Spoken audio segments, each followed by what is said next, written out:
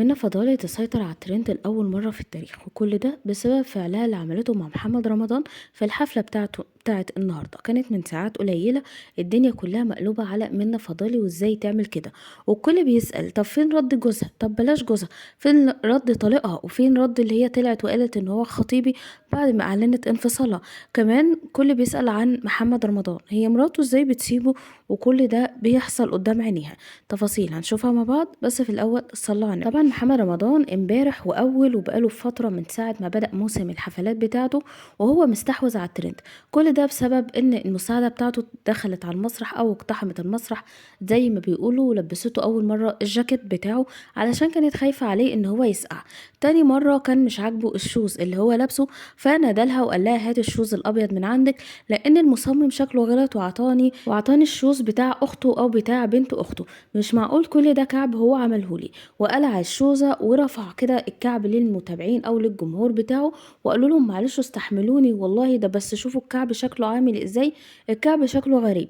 والكل قلب الدنيا، حتى الشيوخ طلعوا واتكلموا على اللقطة اللي حصلت، ازاي المساعدة بتاعته توطي تلبسه الشوزة وهو بعد كده بس دماغها، هو بيشكرها يعني، هو بيقول لها كتر خيرك. لا، الكل علق على اللقطة اللي هي ازاي توطي بشكل غير لائق بيها على المسرح بالشكل ده. وبعد ما خلصنا من الترند ده دخلنا في ترند جديد بسبب منة فضالي ان هي اقتحمت عليه المسرح. طبعا هو كان عنده حفلة النهاردة في الشيخ زايد، ويا دوبا هو وسط الغنى بتاعه ووسط الترحيب بالجماهير والفنانين اللي حضروا معاه لقوا ان منة فضالي دخلت المسرح عليه. منة فضالي صورتها اللي قدامكم للي مش عارفها عشان ساعات بنتوه. منة فضالي كانت عاملة معاه مسلسل جعفر العمدة في 2024، وكانت قايمة بدور زوجة من أزواجه اللي هي بتاعة السحر، فكانوا بيمثلوا مع بعض والمسلسل نجح جدا والدنيا تمام. وطبعا بعد المسلسل ده هما ما اجتمعوش مع بعض تاني، وده اللي خلينا نأكد على كلامنا ان هي اللي قالت له كده على المسرح، قالت له انت وحشتني ما شفتكاش من بعد المسلسل. قام راح هو بيقول لها انا وحشتك؟ قالت له ايوه وحشتني. لا يعني وحشتك؟ قالت له ايوه وحشتني.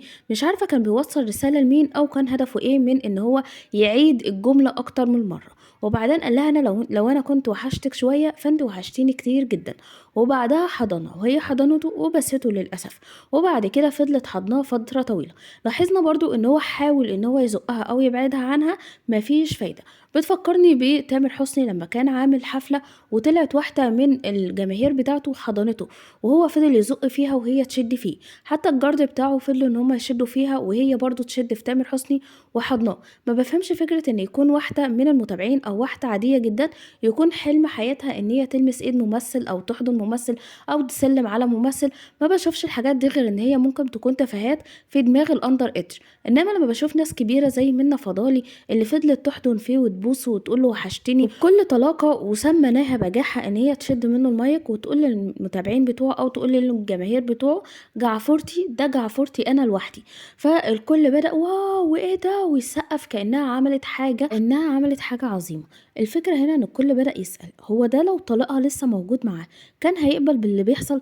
طب رد طليقها ايه؟ مش المفروض يطلع يقول ان هو مبسوط ان هو اتخلى عنها او ان هو طلقها؟ ومن الاتجاه التاني الناس بدأت تكتب كومنتات وبتعلق بشكل صريح جدا تقول لك ده احنا غيرنا على محمد رمضان، امال مراته فين؟ مراته ازاي بتسيبه ان هو يقعد يحضن في اي واحده ويسلم على اي واحده وسايباه عادي جدا؟ الفكره ان في هاشتاج موجود على ابلكيشن التيك توك رد طليق من فضالي على تصرفها مع محمد رمضان، والهاشتاج التاني ان هم عايزين يشوفوا رد فعل مرات محمد رمضان على اي اكشن او اي تصرف محمد رمضان بيعمله اثناء المهرجانات بتاعته او اثناء التصوير. طبعا احنا برضو عارفين مش بس المسلسل بتاع جعفر العمدة، لا كمان كان قبل كده ممثل مع سمية الخشاب واللي لقطة وهو بيشيلها.